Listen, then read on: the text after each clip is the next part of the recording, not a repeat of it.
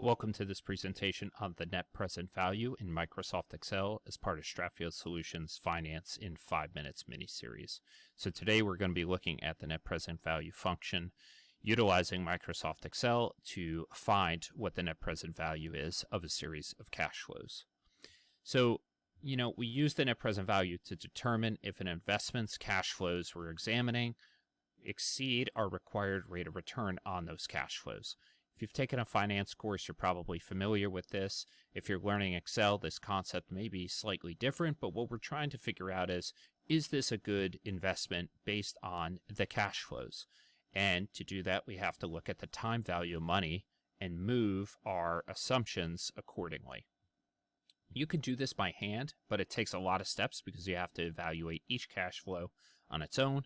Fortunately, Excel is a super easy formula to use, and that's what we're going to look at here. So some tips and cautions when using this formula: you want to list all the time periods out and the respective cash flows, keeping in mind sometimes cash flows are positive, sometimes they may be negative, so make sure to enter them as appropriate.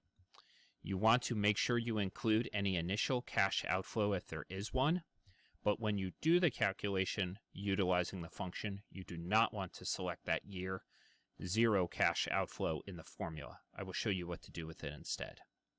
And actually instead, you need to add that cash flow back to the NPV value you find utilizing the formula. That will give you the true NPV. I'm going to show you a live example in a moment, and it'll become a lot clearer.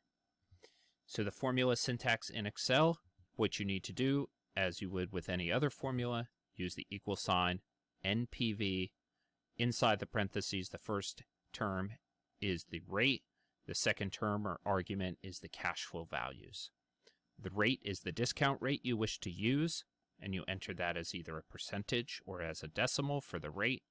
And then the cash flow values are the range of values in the order you want to evaluate them. I'm going to go through an example in a minute, so let me switch over to Microsoft Excel. Now we're here in Microsoft Excel, and I've prepared a series of cash flows starting with a year zero, or today, cash outflow of $10,000, and then a inflow of cash over the next 5 years. I've put a discount rate of 8%, which may also be called the hurdle rate, depending on what sort of terminology you're using. And then I've labeled a few different boxes here. And what I want to show you is first utilizing the NPV formula. So like we talked about in the presentation before, equals NPV. And you'll see the first argument is for the rate. I can do this by clicking on the 8%, which is why I like to specify it in case I need to change that later. I don't have to go into the formula. I can just update that cell.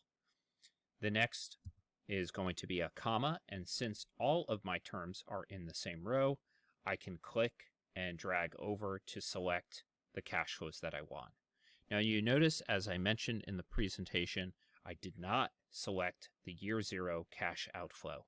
This is because the NPV formula in Excel treats the cash flows as if they occur a period starting one period from today. So if I had selected the year zero cash flow, Excel would have thought that that cash flow took place 1 year from now, which will not work for our NPV calculations. Instead, once I have calculated this, this is the NPV formula to calculate the present value. What I now must do is to subtract, or in this case, since I have a negative outflow, I can add the cash outflow that took place in year zero. So the true NPV here is $2,591 and change. If you're familiar with finance, this is a positive NPV, so I would accept this project. And this is how you would use the NPV formula in Excel. I do want to show you what the incorrect formula would look like. Again, equals NPV. I'll select the 8% rate, and then I will select the whole thing, including the cash outflow at year zero. And I want to be clear, this is not the way to do it, hence it's an incorrect answer. And you'll notice that the NPV is in fact different than when I did the calculation under the correct method previously.